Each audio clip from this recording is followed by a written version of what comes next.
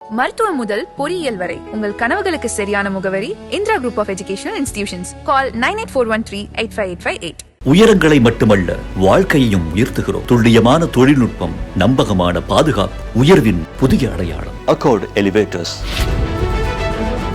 சீனாக்கார மோசம் யார் சொன்னா? வெஸ்டர்ன் மீடியா இருக்காங்கல்ல, அவங்க வந்து என்ன பண்ணாங்கன்னா வடகொரியா மோசம், சீனா மோசம், ஈரான் மோசம், பாகிஸ்தான் மோசம், ஆப்கானிஸ்தான் மோசம். சைனா வந்து இப்போ என்ன ஆகி போச்சு, எங்கேயாவது வேற வேற நாடுகளை ஆக்கிரமிச்சிருக்கான் அப்படின்னு உங்களுடைய நாலேஜ் இவ்வளோ படிக்கிறீங்க பார்க்குறீங்கல்ல. தைவான்ங்கிறத வந்து அடிக்கடி அமெரிக்கா சொல்லிட்டே இருப்பான். தைவான் வந்து பார்ட் ஆஃப் சைனா இல்லை, ஆக்குபை பண்ணுறதுக்கு என்ன பண்ணுறான்? அவன் வந்து கம்பேரிசன் வந்து சைனாவையும் அமெரிக்காவும் கம்பேர் பண்ணுறான். எதுக்குன்னா நம்ம சொன்னீங்கல்ல, சைனா வந்து அமெரிக்காவை எட்டி உதைச்சு கீழே தள்ளி விட்டு இது மேலே வந்துட்டாங்க. எப்படி எட்டி உதைச்சாங்க அப்படின்னா பொருளாதார ரீதியா நம்பர் 1, நம்பர் 2. அதுல அமெரிக்கா வந்து கேவலமா இருக்காங்க, நல்லா இருக்காங்க. இப்படி பல விதமான பேராமீட்டர்ஸ் சொல்லுவாங்கல்ல, 1 2 3 4 5 6 பேராமீட்டர்ஸ். இந்த பேராமீட்டர்ஸ் எல்லாம் வச்சு பார்க்கும்போது சைனா வந்து நிறைய இடங்கள்ல முன்னுக்கு வந்து நிற்கிறாங்க. Purity you can feel, intention you can carry. ஆகாயம் நேயர்களுக்கு வணக்கம். உலகம் முழுக்க வந்து மிகப்பெரிய ஒரு வில்லனா மோசமானவனா பார்க்கப்பட்ட சீனர்கள் அந்த நாடே வந்து பார்த்தீங்கன்னா இப்போ நேர்மறையாக பார்க்கப்படுது. நிறைய இன்வெஸ்ட்மெண்ட்ஸ் வருது, வல்லரசாக மாறுது. ஆல்ரெடி அப்படி தான் இருக்காங்க, இன்னும் ஒரு அடுத்த கட்டத்துக்கு போகிறாங்க அப்படின்ற நிறைய ஆய்வு தகவல்கள்லாம் வந்துருக்குது. என்ன பின்னணி, உண்மையாகவே சீனாவை பற்றிய பார்வை மாறுதா அப்படின்றது குறித்து பேச போகிறோம். உலக செய்தி பகுப்பாளர் திரு கசாலி அவர்கள் கூட. வணக்கம் சார். வணக்கம் கார்த்தி.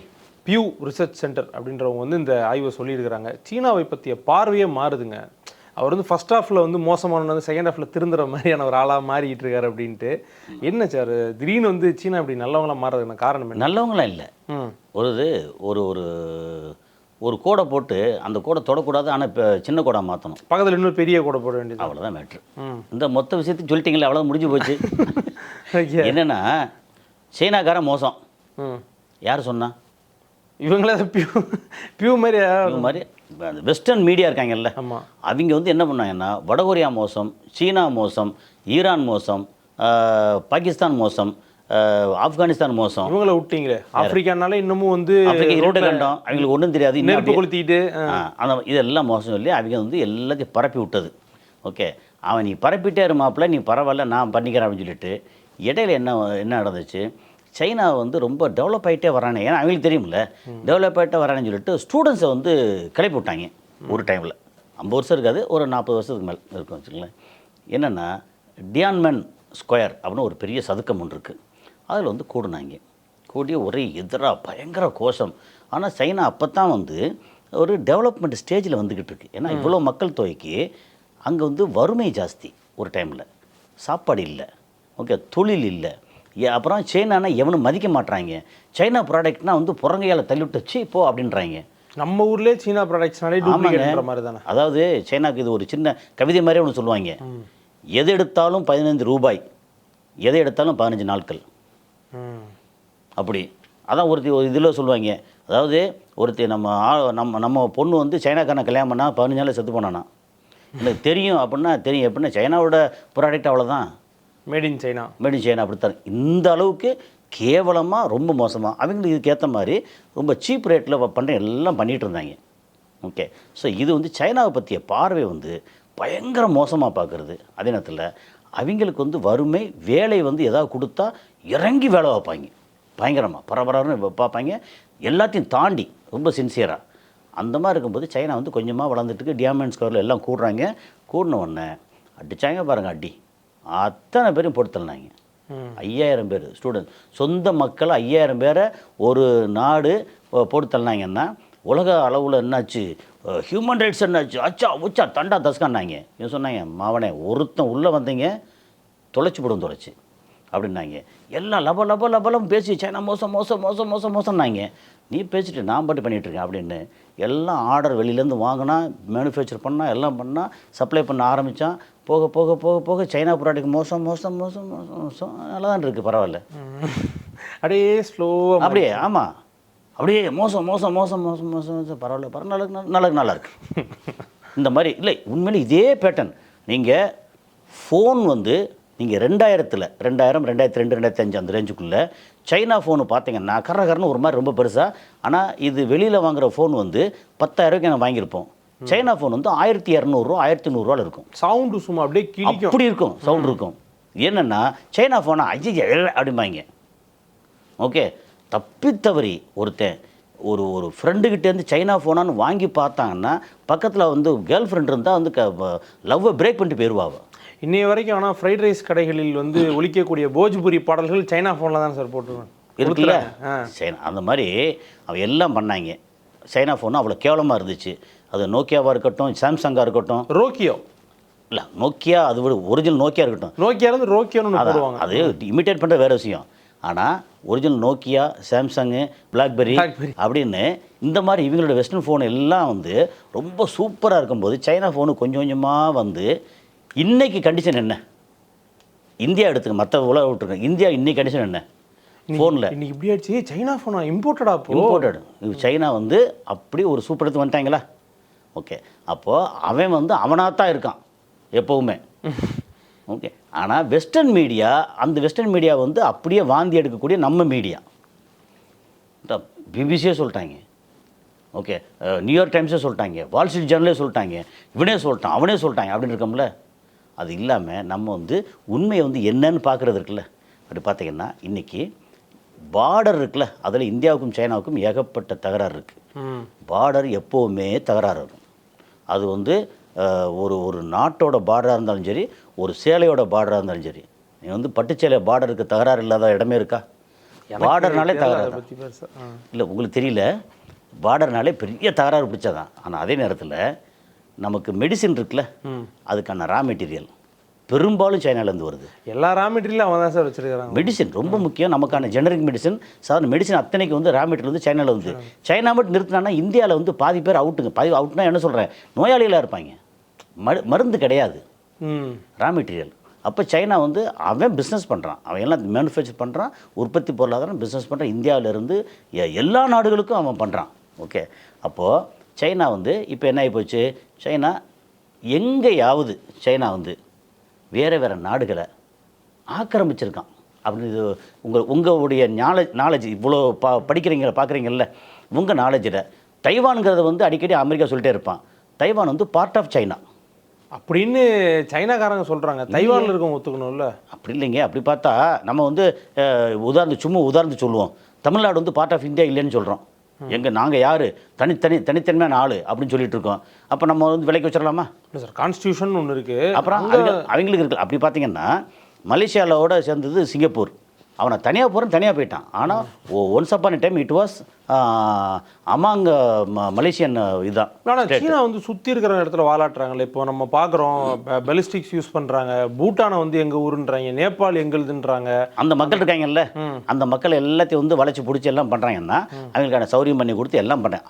அந்த பார்டரில் அத்தனையும் பண்ணுவாங்க. அது எப்போவுமே சொல்லு, நீங்கள் வந்து சைனாக்காரன் தமிழ்நாட்டில் பண்ணுறானா, சைனாக்காரன் மத்திய பிரதேசில் பண்ணுறானா, குஜராத்தில் பண்ணுறானா, இல்லை ஆக்குபை பண்ணுறதுக்கு வேறு என்ன பண்ணுறான்? நான் வந்து கம்பேரிசன் வந்து சைனாவையும் அமெரிக்காவும் கம்பேர் பண்ணுறேன். எதுக்குன்னா, நம்ம சொன்னீங்கல்ல, சைனா வந்து அமெரிக்காவை எட்டி உதைச்சி கீழே தள்ளி விட்டு இது மேலே வந்துட்டாங்க. எப்படி எட்டி உதைச்சாங்க அப்படின்னா, பொருளாதார ரீதியாக நம்பர் 1. நம்பர் 2, சரி இப்போ சைனா வந்து இந்த மாதிரி பூட்டானு, நேபாள், பர்மா இது எல்லாத்தையும் வந்து ரொம்ப இது பண்ணுறான்னு சொன்னீங்கல்ல. நம்ம ஐடிபிபி ஆட்களை வந்து இது பண்ணுறது, இது எங்கள் ஏரியா அப்படின்னு வந்து நம்மளுடைய ஐடிபிபி ஏரியாவுக்குள்ள வந்து நிற்கிறது, இந்த மாதிரி அட்ராசிட்டிஸ் இருக்குது. ஆமாங்க. நான் ஏற்கனவே என்ன சொல்லிட்டு இருக்கேன், பார்டர்னாலே பிரச்சனை வரத்தாங்க செய்யும். எனக்கு உனக்குன்னு பிரச்சனை வரத்தான் செய்யும் பார்டர். அதை தாண்டி என்க்ரோச் பண்ணுற இது வேறு நாடை பிடிக்கிறது இருக்குல்ல. எந்த நாட்டில் வந்து வச்சுக்கிட்டு என்னோட இடம் நீ யாரும் வரக்கூடாது அப்படின்னு மிசைலை போட்டு அடிக்கிறது. இப்போ அமெரிக்கா எடுத்துக்கங்க, அவன் இத்தனை வருஷத்தில் ஒரு 45லேருந்து இப்போ எடுத்தோம்னா 70 வருஷம், 70 வருஷத்தில் அவன் சண்டை போடாத நாள் இருந்திருக்கா? அப்போ நீங்கள் அமெரிக்கா வந்து ஓகே சூப்பர், ஹியூமன் ரைட்ஸில் சூப்பர், அவன் சூப்பர், அருமை, எல்லாத்துலேயும் சூப்பர்னு சொல்லிவிட்டிங்கன்னா அப்போ இவன் உண்மையிலே இவன் வந்து சூப்பராக தான் இருக்கான். Okay okay. நான் வந்து சைனா வந்து வெறும்னே புகழலை, அவன் நிஜமாகவே பார்டரில் எல்லா இடத்துலையும் சண்டை வரத்தாங்க செய்யும். அது வேறு. அதை தாண்டி இங்கே வந்து ஸ்ரீலங்காவில் வந்து இன்வெஸ்ட் பண்ணுறான். ஸ்ரீலங்கா ஏன் நாடுன்னு என்கரேஜ் பண்ணி சைனாவோட பார்ட்டுன்னு சொல்கிறானா? இல்லை இங்கே அமெரிக்கா வந்து அங்கங்கே பிடிச்ச நிலைகளை பிடிச்சி வச்சுட்டு நீ வந்து ஒழுங்காக நான் சொல்கிறத கேளு அப்படின்னு சொல்லி மிரட்டுறானே. இல்லை இப்போ இதில் ஈராக்கில் அடித்தானே, லிபியாவில் அடித்தானே, இப்போ ஈரானில் போய் அடிக்கிறானே, பெருந்தலை கொடுறானே. அந்த மாதிரி எந்த நாட்டு தலைவர்களையாவது எந்த நாட்டுக்குள்ளேயாவது போய் ஸ்கூல் பிள்ளைகளை அடித்தோம், ஹாஸ்பிட்டலில் அடித்தோம் அப்படின்னு சைனாக்காரன் பண்ணியிருக்கானா? இல்லை, நம்ம சும்மா கேட்குறதுன்னு சொல்கிறேன். ஏன்னா நம்ம நேர்கள் வந்து நம்மளோட புத்திசாலிகள். அதனால் நம்ம கேட்குற கேள்வியில் இந்த கேள்விக்கு சைனாக்காரன் எங்கேயாவது பண்ணானா, அவன் உழைக்கிறான், அவன் மேனுஃபேக்சர் பண்ணுறான், அவன் சப்ளை பண்ணுறான், காசு கேட்குறான். ரொம்ப சிம்பிள், அவ்வளோதான். இந்த மாதிரி இடத்துல வந்து அமெரிக்கா என்ன பண்ணுறான், பார்த்துக்கிட்டே இருக்கான். இந்த 2 பேரும் இந்தியா பாகிஸ்தானை சண்டை மூட்டி விட்டா இந்தியாவும் நம்மகிட்ட வந்து நிறைய ஆயுதம் வாங்குவான், பாகிஸ்தானும் ஆயுதம் வாங்குவான். பாகிஸ்தானில் வந்து எய்டு மூலமாக ஆயுதம் கொடுப்போம், இந்தியாவுக்கு வந்து வேறு ரூட்டில் ஆயுதம் கொடுப்போம். அப்புறம் பங்களாதேஷுக்கு இந்தியாவுக்கு வந்து சின்ன பிரச்சனை கிளறி விட்டோம்னா பங்களாதேஷுக்கு பெருசாக ஆயுதம் வாங்க முடியாது, அவனுக்கு வந்து கள்ள மார்க்கெட்டில் ஆயுதம் கொடுப்போம். அதே மாதிரி வேறு ஏதாவது உள்ளுக்குள்ளே, இப்போ உதாரணத்துக்கு இந்தியாவுக்குள்ளேயே வந்து ஏதாவது அந்த குரூப் இருக்குது அப்படின்னா அவனுக்கு வந்து பிளாக்கில் வந்து ஆயுதம் கொடுப்பான். அவன் ஆயுதம் தான். அப்புறம் இந்தியாவுக்கு வந்து அவனை எதிர்த்து அடிக்கிறதுக்கு வந்து வேறு வழியில் ஆயுதம் கொடுப்பான். இப்போ இந்தியா வந்து பெரிய மேனுஃபேக்சரிங் ஹப்பு. இப்போ இதே இது 40 வருஷத்துக்கு முன்னாடி அந்த மாதிரி அவன் வந்து ஏன்னா எக்கானமி அவனுக்கு 2 பேரை சண்டை போட வச்சு வந்து பயங்கரமாக பிரச்சனை கொண்டு வந்து ஆயுதத்தை விற்று பண்ணுறவன். சரி, இப்போ வரைக்கும் ஓகே, ட்ரம்ப்பு, ஜி ஜின்பிங் 2 பேரையும் கம்பேர் பண்ணுங்கள் உலக அளவில். இது பிஆர்சின்னு ஒரு கம்பெனி. பிஆர்சினா வந்து நம்ம பல்லவன் ரோட்வே கார்பரேஷன் அது மாதிரி வச்சுக்கலாம். பியூ ரிசர்ச் சென்டர் முதலே சொல்கிறீங்க இல்லையா, அந்த ஒரு அமைப்பு என்ன பண்ணிட்டாங்க, இப்போ வந்து ஒரு மாதிரி சைனா வந்து மேலே வந்திருக்காங்க எல்லா இடத்துலையும். ஓகே, F-35 வந்து நீங்கள் கொடுக்கலையா பரவாயில்ல, நான் J-35 வாங்கிக்கிறேன் அப்படின்னு சவுதி அரேபியா வாங்குற அளவுக்கு வந்துட்டாங்க. சைனா ப்ராடக்ட் வந்து மோசம் இல்லை அப்படின்ற அளவுக்கு வந்து ஆப்பிள் கம்ப்யூட்டரே எல்லாமே சைனாவில் மேனுஃபேக்சர் பண்ணுறாங்க. ஆப்பிள்லேருந்து இருக்கிற அத்தனை எலக்ட்ரானிக் ஐட்டமும் அங்கே மேனுஃபேக்சர் பண்ணுறாங்க. அவன் ஸ்பெசிஃபிகேஷன் கொடுக்குறான், இவன் மேனுஃபேக்சர் பண்ணுறான். அட்லீஸ்ட் பார்ட்ஸாவது அங்கே தான் பண்ணுறாங்க இல்லையா, மொத்தமாக அசெம்பிள் பண்ணலனாலும் பார்ட்ஸ் அங்கே எல்லாமே டோட்டலாக பண்ணுறான். சரி, நமக்கு வந்து இப்போ ஜப்பான்லேருந்து இவிஎம் வருது, அதுக்குள்ளே மேனுஃபேக்சரிங் பார்ட்ஸ் வந்து எங்கேருந்து வரும் கேட்டு பாருங்கள். சைனா தானா? பின்ன வேறு எங்கேருந்து வரும்? எலக்ட்ரானிக் ஐட்டத்தில் சின்ன பார்ட்ஸ் கூட சைனா ப்ராடக்ட் இல்லாத உலகத்தில் எந்த பார்ட்ஸும் கிடையாது.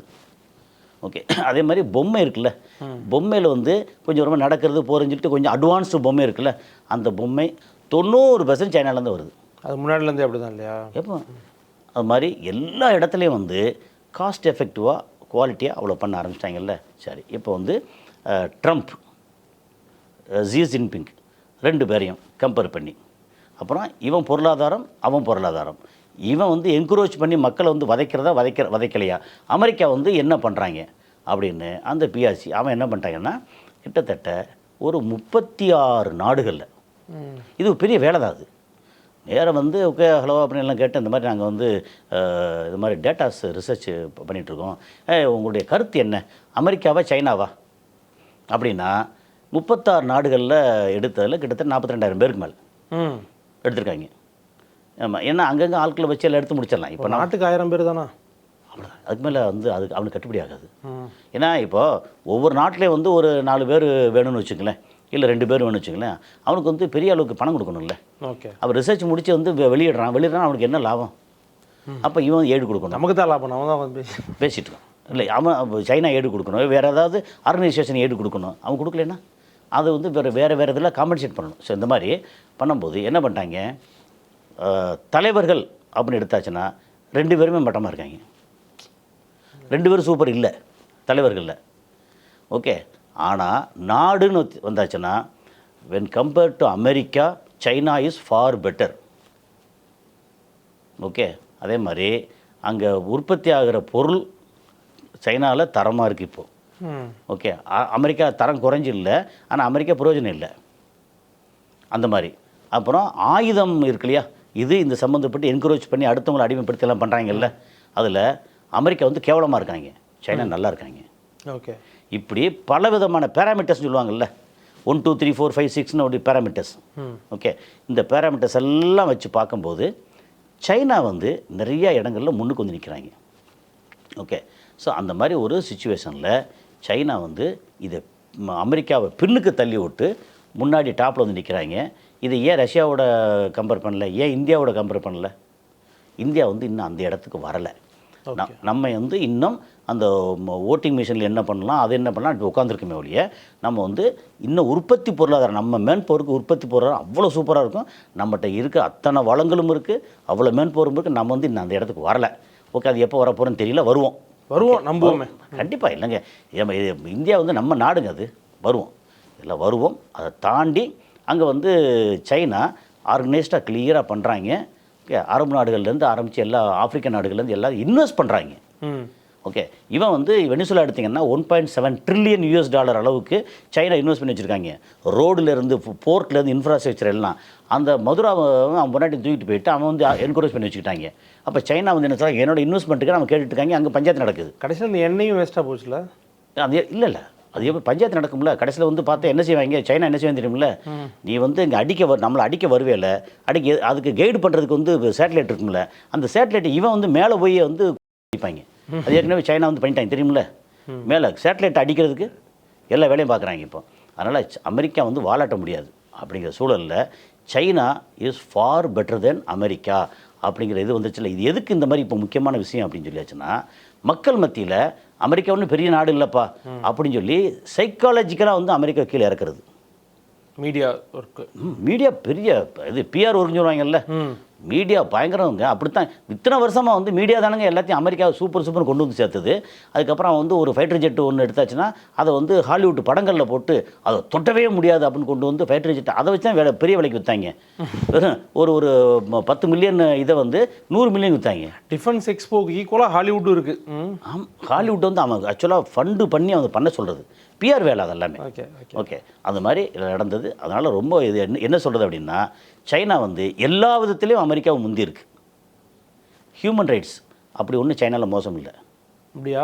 ஆமாம், நீ உள்ளே போய் பாருங்கள். நம்ம ஆளுக்கு எனக்கு தெரிஞ்சு எவ்வளோ பேர் வந்து உள்ளே போயிட்டு வந்துட்டுருக்காங்க. அவனுக்கு வேலை கொடுக்குறான், வேலை செய்கிறான். இறுக்கி பிடிச்ச மாதிரி எல்லாம் வெஸ்டர்ன் மீடியா வந்து அப்படி எல்லாம் அளந்தது. அப்படி பார்த்தீங்கன்னா ஈரானில் உள்ளுக்குள்ளே வந்து பெண்கள் எல்லாம் வந்து முகத்தை மூடியன்னு அடங்கி போய் இப்படி தான் இருந்தாங்கல்ல, அதை ஒருத்தன் உள்ளே போய் நிறைய பேர் உள்ளே போய் பார்த்துட்டு அப்படிலாம் ஒன்றும் இல்லையா அப்படின்ட்டாங்க. அந்த வெஸ்டர்ன் மீடியா முகத்தர பூரா கிழிஞ்சு போச்சு. அதனால் அவங்க வந்து அவன் தேவைக்கு வந்து நம்ம எல்லாத்தையும் மோசமாக பேசுவாங்க. அது எல்லாம் தப்புங்கிற விஷயம் எல்லாம் புரிஞ்சு போச்சா, அவ்வளோதான் மேட்ரு. சைனா வந்து முன்னுக்கு வந்துருச்சு. சைனா பக்கத்தில் நம்ம இருக்கிறனால நம்மளும் முன்னுக்கு வரணும். நம்மளை விட மாட்டாங்க. சைனா வந்து சப்ரஸ் பண்ணுறதுக்காக நம்மளை வந்து வேறு மாதிரி வந்து அவங்க பயன்படுத்துவாங்க அமெரிக்கா. அதுக்கு நம்ம ஈல்ட் ஆயிராமல் நம்ம கேர்ஃபுல்லாக இருக்கணும் அப்படிங்கிறதான் இது சொல்லுறது. ஓகே சார், நிறைய பாயிண்ட் நீங்கள் சொன்னீங்க. இது எல்லாத்தையும் தாண்டி அவன்கிட்ட நல்ல ரா மெட்டீரியல்ஸும் இருக்குது, அதை சோர்ஸ் பண்ணி விற்கிறதுக்கான மாடியூல்ஸையும் வச்சுருக்கிறான். ஸோ இதுதான் சீனாவை பற்றி. நம்ம ஊருக்காரங்களுக்கு வந்து சீனா பஜார், சீனா மார்க்கெட் மாதிரி இந்த சீனா நியூஸும் போய் சேரும்னு நம்புகிறேன். ரொம்ப நன்றி சார் உங்கள் நேரத்துக்கு.